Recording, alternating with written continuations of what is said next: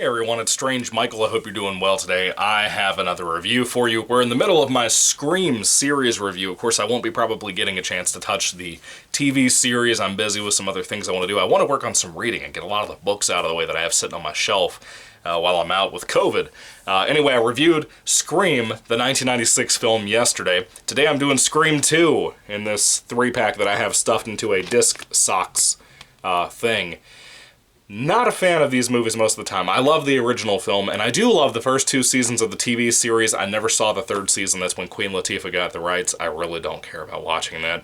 I may as a completionist, I don't know, but it might take a while till I get around to that. I have some stuff I got for my birthday and for Christmas that I would like to get to sometime soon and make some videos on. We're also in the middle of the winter time, so I'm trying to do some other Christmassy, not really Christmassy, but like snow time, snowy types of weather type of stuff. But that'll probably have to hold off till next week. This week I do want to cover the Scream film, Scream 2, 1997, 1 year after the original movie, and it feels like it. It feels like it. Of course, Wes Craven came back to direct once again, the same writer from the first film. I can't stand this movie. I'm going to be honest with you. I've seen this movie probably 3 or 4 times in my life, and it doesn't hold a candle to the original movie in any way possible. Sorry. I think it has almost nothing going for it. It has a few things that I like, and kind of half and half even on top of that. Where to start with this? I guess we'll start with the plot. Sydney, played by Neve Campbell, who is a lot prettier this time around, as is Courtney Cox, who comes back as Gale Weathers. Sydney is in college this time around. She happens to be taking theater, which immediately rubs me wrong every time I think about this movie. I was in theater in school. I wanted to be an actor there for a while. Not a theatrical actor, but I thought it'd be a good place to understand from my teacher more about different things. He was also my film studies teacher, so I learned a lot from Mr. Rittenhouse. He was a cool fella. Anyway, theater kids suck. I can't stand them. They're always rude, egotistical kids. Of course, that included me at the time, but I was also a lot friendlier than a lot of those kids. There's always some inner drama going on, always some kind of problem amongst a bunch of brats, basically. They all think they're better than each other constantly. I saw this nonstop when I was in theater. There were very few people in that class that I actually enjoyed getting along with and talking to, and this is no different. Every kid involved in this theater thing, the very few that we see, I can't stand. Sydney is a better character this time around, I think. I think there's a lot more drawing to the lore of what happened with her and the murder of her mom that was a year previous to the first movie. Apparently this is taking place about 2 years after the first films too.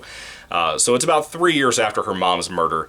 And a little bit more of that mother murder thing branches out into this movie. I like that aspect to it. That brings a little bit more for Neve Campbell to be able to have something to do this time around. It's an interesting flick in some capacity.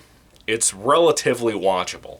But there are certain things, like, for example, since Sydney is in theater, one of the biggest things that they're doing a show for is Oedipus Rex, which I also had to do in theater, and I absolutely hate Oedipus Rex. I think it sucks. I think it's garbage. I don't care what anybody says. I hate it. It's a Sophocles play, and it's stupid. It's stupid. I can't stand it. I don't care how much you theater nuts like it. It sucks. Get over it. I can't stand it. Just like the people who like this movie. I don't get it. I genuinely don't get it. I understand people could say it's watchable, but when people actually try to say this is a decent, worthwhile film compared to what the first movie was, it's amazing to me. We're not talking about Silent Night, Deadly Night 1, and then 2 coming out and not being much worse, because the first film's not that good to begin with. We're not talking about that. We're talking about something at an absolute amazing level of execution, of plot twists, of everything, even soundtrack in the first film of the Scream franchise, and then you get this piece of garbage. Some of the music is okay. The directing is relatively fine. Some of it feels like it's a little bit more of a step up because it's not your basic thriller. It has to me, it seems like a higher budget. Maybe I'm wrong. The script sucks. It sucks so bad. The theater stuff takes a big role in the movie as a setting. That stuff sucks. Like I said, Courtney Cox is back playing Gale Weathers. She's very beautiful in this movie, I think.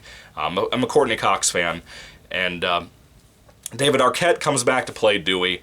He's much better than he was in the first film. He's a lot more of a side character in the first movie. This time around, he is a side character, but he's somebody I actually care about because of the little bits we saw of him in the first movie. I like him a lot. David Arquette's a great actor. I really like him here. He kind of steals the show for me in this movie. I also like that, unlike most movies and horror franchises and stuff, he got wounded in the first film by getting stabbed.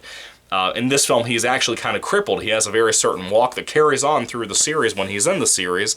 And, you know, he has to kind of limp through most of these movies. And I like that. It adds a little bit more of a very distinct characteristic that Dewey has that no other horror character has that I know of off the top of my head. And David Arquette's performance is always good in general. Of course, he always had kind of a thing in the first film for Courtney Cox when they first met. She's a journalist, reporter person. He's a deputy. And their little flirtatious moments in this film are there. They're a little bit more complicated. Of course, Gail actually got her book published that she was writing about, Sidney's mother's murder. She got it published, but it was more based around what happened to them in the first film than what actually happened with her mother's murder before the first film took place. So a movie gets made called Stab, which is kind of a cool play on Scream. And you basically see the events in the beginning of the movie in a prologue, kind of.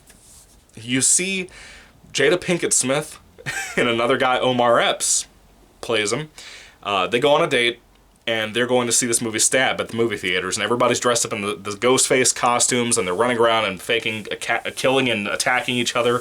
People are doing up the hallways and the runways inside of the theater itself. It's kind of fun, but dear God, Omar Epps is so good there, but Jada Pinkett Smith, everything from the writing to the performance is awful. The ending of that prologue is so abysmally awful and cringy, I don't even have words for it. It's embarrassing, frankly.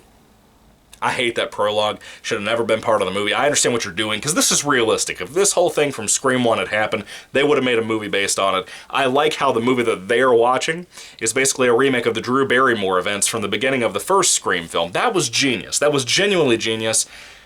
I don't like everything else surrounding it. With the movie theater stuff, I like the setting, but I don't like Jada Pinkett Smith in that role. Not a big fan of hers to begin with. She's a good actress, but I just don't like her that much.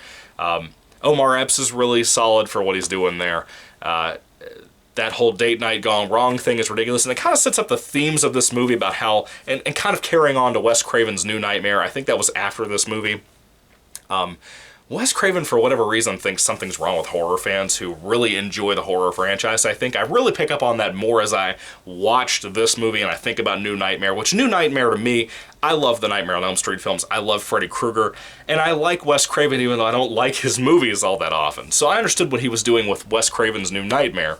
This movie feels insulting to me as a horror fan, as a lifelong slasher fan. It feels an insulting amount of attack on the fan base, on the community, on the people who supported your first movie of the franchise. Why would you go after those people? I understand you're trying to be realistic about blaming movies for violence. I understand all that stuff is so on the nose, it's insane. It's like the biggest theme of the entire film is blaming movies and pop culture on violence in the world.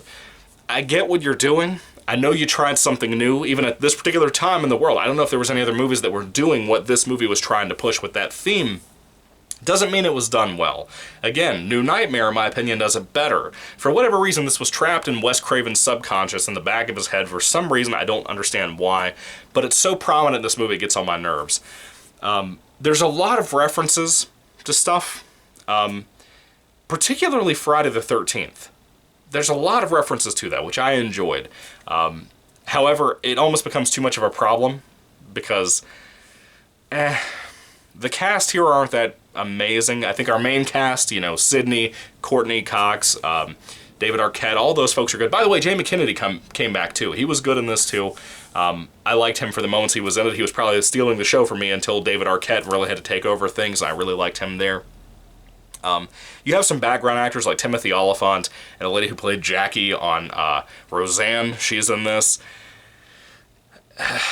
Timothy Olyphant gives a better performance than the lady that played Jackie on Roseanne, but both of them are barely in it, so what's the point of having them in it? Of course, this is kind of before they became big. Well, I guess the lady that played Jackie is kind of more popular in the 80s because it's when Roseanne started. Even so, her career was kind of dead by this point, in my opinion, And Timothy Olyphant hadn't really started. Justified wasn't a TV show yet, and it seems like most people love him from that first and knew him from that first. I didn't really know him from anything but Justified and this, and that's it. But he tries. He really tries, and I think he does a decent job for the very few scenes he's in the movie. And you also have some cameos. Of course, I talked about the Stab movie. You have some little references in here, cameos and stuff. For example, Luke Wilson is a character in there. Tori Spelling is a character in there in that Stab movie version of the original Drew Barrymore events from the first movie. There's some neat stuff in here, but the writing sucks. The music is so half and half. Half of the beginning of the movie's music is really good. There are some tense moments throughout the film where the music complements that, and it works. But then, like, the last song of the movie sucks. The Oedipus Rex stuff sucks. The whole theater setting, I don't like that. It's something different, yeah, I'll give you that, but that doesn't mean good. I just don't like this movie, if you can tell. I'm smilier than I am compared to most movies that I review that I don't like. But dude, I just genuinely don't like this movie. I have no regrets. I think it sucks. I think it's a bad movie. I think the twist of who the killer is freaking awful. I think it's I get what you're trying to do with it, and I get the nod to horror fans and all that stuff. I get what you're doing, Craven, even though you're dead. But still, I get it. I know what you're trying to do. It still sucks. It's still not good. And as I said with one of my commenters in the previous video, and I said it in my review as a matter of fact of the first film yesterday, I genuinely don't think Scream should have ever been a franchise. It was a mess. It was a terrible idea. None of them, in my opinion, have been good. Maybe possibly 4 is decently passable. But I remember not being able to like any of them. I like the Scary Movie parodies more than I like the actual sequels that have come out to this franchise. Let me repeat that. I like the movie series called Scary Movie that are parodies, at least the first film is, a parody of that Scream franchise, more so than I do this actual franchise sequels. This is an insult, in my opinion, I mean, to what the first film was, how powerful it was, how great the twist was, how comedic it was, the meta aspect. Completely, it becomes a joke by the time this movie comes out because it's pointless. The first film did it flawlessly, and in my opinion, it's one of those things like some of the Goosebumps books I've reviewed on my Michael Goosebumps fan channel, where I talk about Goosebumps and R.L. Stine stuff, small advertisement for my channel, where I talk about all those things. This is the big thing. A lot of the time when I see other Slappy books and stuff, they feel like more poor versions of the better versions that came out earlier back in the day when those books were first coming out. You see almost like a small reimagining of like a what if of a small detail that becomes a story that was so similar to another story that takes a different route by the end of the book, and I just don't like that. A lot of the time you can sense that, you can feel it, it feels like a different type of script that they just inserted our characters that survived from the first movie into, and I just don't like that. I think it sucks. I think this movie just genuinely sucks. Yeah, it's relatively watchable, but everything about it, detail-wise, all the things that matter, like the script, I just don't like. And I'll agree, like I said, there's some tension out there, a little bit of the music is okay, the setting for the theater stuff is different, but it's not good. I have a lot of problems with this. I just do, by the way, I forgot to mention, Liev Schreiber is also a character in this, and I do love his character's inclusion here. I do want to mention that. Liev Schreiber is the man that they originally, Billy and Matthew Lillard's character, actually framed for killing Sidney's mom in the first movie, and I really like that. I think that's actually very smart to have him in this movie as a suspect, because he's apparently an innocent man by what we found out at the end of the first movie. Very smart detail. I really like that. I think it works so well in this movie. Liev Schreiber gives a decent performance of what he can, because again, the script's not really the greatest. He tries, and I like him, but that's it. That's all I've got. There's some other actors and characters here, like Sydney's new best friend. She's pretty bland. The script doesn't give her much to do anyway. And you would say they'd have one of the best scenes in the movie, honestly.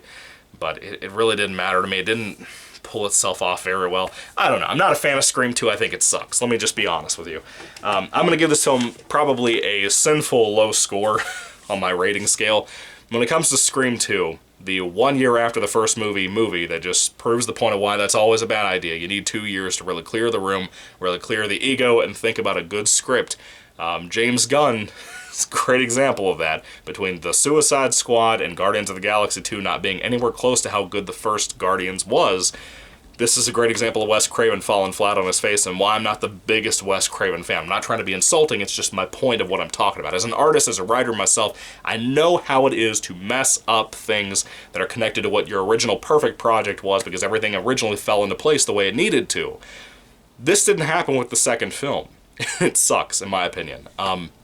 If I had to rate Scream 2 on a 5-star basis, I would give it a 2 out of 5 stars. I know a lot of people are going to be pissed. A lot of the Scream community out there are going to be mad about that too. I'm sorry. I don't like this movie. I think Scream 3 and Scream 2 are both bad. I think Scream 3 is worse. Let me be honest. I think Scream 4 is probably the best of the sequels at this current point until I see Scream 5 at some point. But right now, no. Scream 2 is a mess, and I can't stand it. It's one of my least favorite horror films out there of any franchise that are well known. Anyway, what are your thoughts on Scream 2? What are your thoughts on the Scream franchise? Do you love them? Do you hate it? Do you love this movie? Do you hate this movie? Let me know all that down in the comment section down below. I'd love to hear what you have to say. And thank you for watching. God bless you. Goodbye.